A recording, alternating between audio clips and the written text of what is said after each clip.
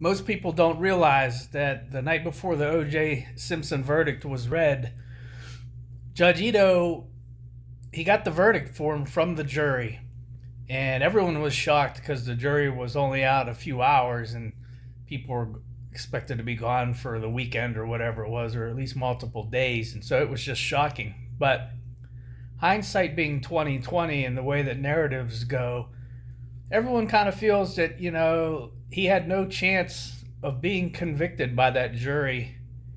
But the reality is that if you watch the videos right now of the telecast from back then, almost all of the pundits and legal commentators said, "Oh no, the quick verdict," because they were asking for the testimony of this Alan Park guy who was the limo driver. They said, well, they asked for that.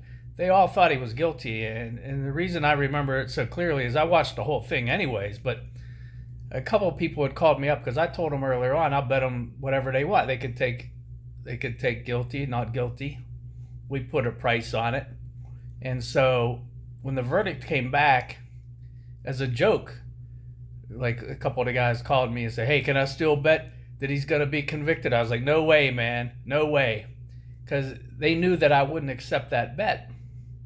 And then that's what made it so shocking. People just don't understand that the moment that verdict is being read, it's about to be the most humiliating experience ever for the so-called dream team, his legal team, Johnny Cochran, Alan Dershowitz, F. Lee Bailey, and others. It was a shocking verdict, and that's why the reactions were so amazing on it. But most people get that wrong. It really set in motion a lot of people that got a lot of mileage out after that trial.